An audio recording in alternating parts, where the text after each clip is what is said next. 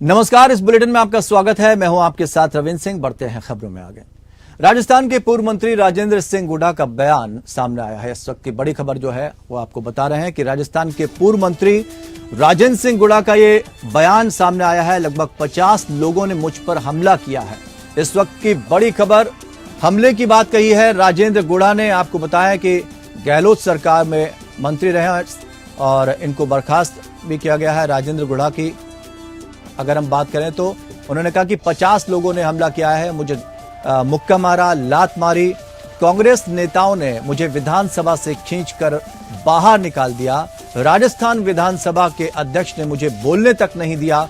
मेरे ऊपर आरोप लगे कि मैं बीजेपी के साथ हूं। ये कहना है राजेंद्र गुडा का। कुछ दिन पहले बर्खास्तगी की इनकी खबर आई थी।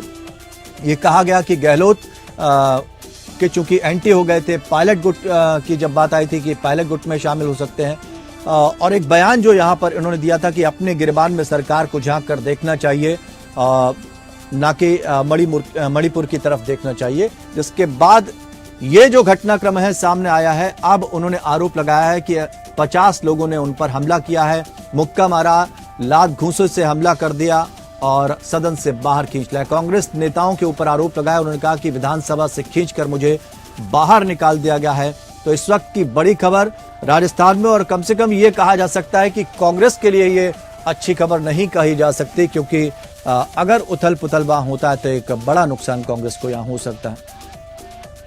हरिओम हमारे सहयोगी इस खबर पर हमारे साथ जुड़े हुए हैं। हरिओम, क्या है पूरा मामला और इन आरोपों में कितनी सच्चाई है? जी रविंद्र जी, मैं आपको बताना चाहूंगा कि बीते दिनों जयपुर के अंदर जैसे ही सुबह के टाइम में भूकंप आया, उसी तरह शाम के टाइम में जयपुर राजस्थान की राजनीति में भूचाल आ गया। राजेंद्र गुडा ने कहा कि सरकार को अपने गिरबान में झांक के देखना चाहिए कि महिलाओं पर जिस तरीके से राजस्थान में अत्याचार हो रहे हैं, सरकार उनकी तरफ ध्यान नहीं दे रही है।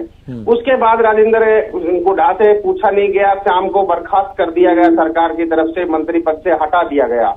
राजेंद्र गुडा ने फिर कहा था कि सोमवार को मैं बड़ा खुलासा करने जा रहा हूं। आज लाल डायरी को लेकर चर्चा में बने हुए हैं। राजेंद्र गुडा जैसे ही विधानसभा में आते हैं, लाल डायरी लेकर आए तो उनको अंदर घुसने नहीं दिया गया।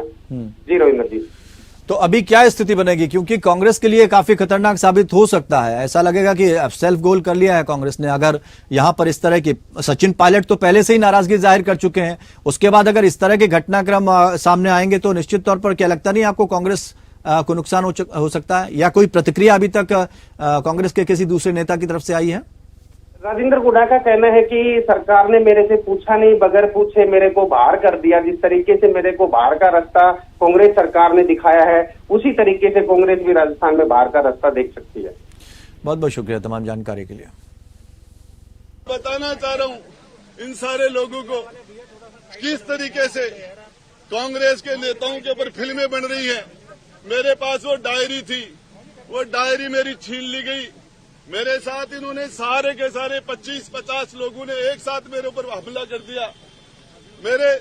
मेरे गुस्से मारे, धक्का मारा, लात मार के मुझे नीचे पटक दिया। और फिर मुझे मार्शलों ने नहीं, मुझे कांग्रेस के लोगों ने, कांग्रेस के मंत्रियों ने मुझे घसीट के बाहर निकाला। मार्शल तो आए ही नहीं थे तब तक। और उसके बाद मैं तो सिर्फ यही बात कहना चाह रहा था, हमने अशोक गहलोत जी का चेहरा देख के इनको समर्थन किया था। हम इन्होंने इनकी रिक्वेस्ट पर इनके शामिल हुए थे। गहलोत साहब, वो डायरी का आधा पार्ट आपके विधानसभा में गुंडागर्दी करके मेरे से छीन लिया, और आधा पार्ट मेरे पास अभी और है। इस पार्ट के अंदर आपके सारे काले कारनामे जो लोगों ने अपने विधायकों को खड़ा, किस किस एमएलए को राज्यसभा में आपने निर्दलीयों को क्या क्या दिया, किस किस को प्रलोभन दिया, क्रिकेट के चुनाव में आपने क्या क्या काले कारनामे किए पैसे दे के, वो सारी चीजें अभी खुलासा मैं आगे भी करूंगा।